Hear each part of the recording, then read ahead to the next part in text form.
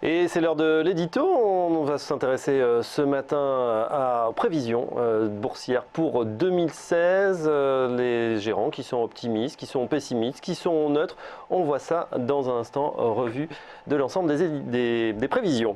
Et on commence, ce n'est guère très brillant dans le camp des pessimistes ou des réalistes. Véronique Riche-Flores de RF Research évoque la fin des trois mirages, le quantitative easing, la révolution numérique et les pays émergents. Pour l'économiste, la remontée des taux de la Fed va intervenir au pire moment, alors que la croissance de l'économie américaine n'est pas encore très solide et que l'économie chinoise plafonne à 3,5% selon elle, ce qui réduit la croissance mondiale à 2,1% pour 2016 et non 3,1% annoncé.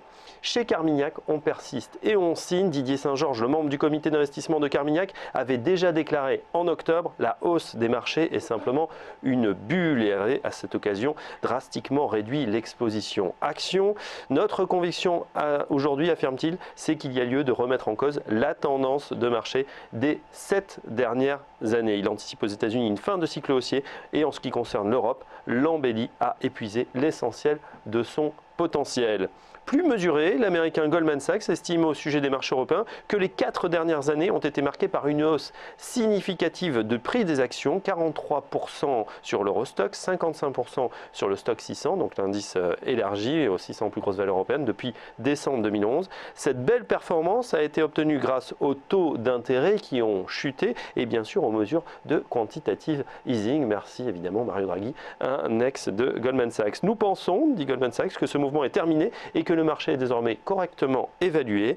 La banque d'affaires envisage une tendance positive sur les indices européens l'an prochain. Ce mouvement pourrait se poursuivre jusqu'en 2018, mais la hausse sera modérée simplement. Ils anticipent une hausse de 5% par an jusqu'en en 2018. On termine notre tour d'horizon avec les plus enthousiastes et ça se passe du côté de la Société Générale. On envisage dans la banque en rouge et noir un retour des matières premières et du pétrole dont le cours pourrait enfin remonter l'an prochain grâce à un meilleur équilibre entre offre et demande. Il est également temps de repondérer les actifs émergents après 5 années de baisse sur les actions et sur les devises. Et puis Alain Bocobza, le responsable de la stratégie d'allocation actifs à la Société Générale, privilégie bien sûr les actions européennes pour 2016. Ceci n'est pas un scoop. Ce qui est plus intéressant, c'est l'anticipation du niveau du CAC 40 pour la fin 2016.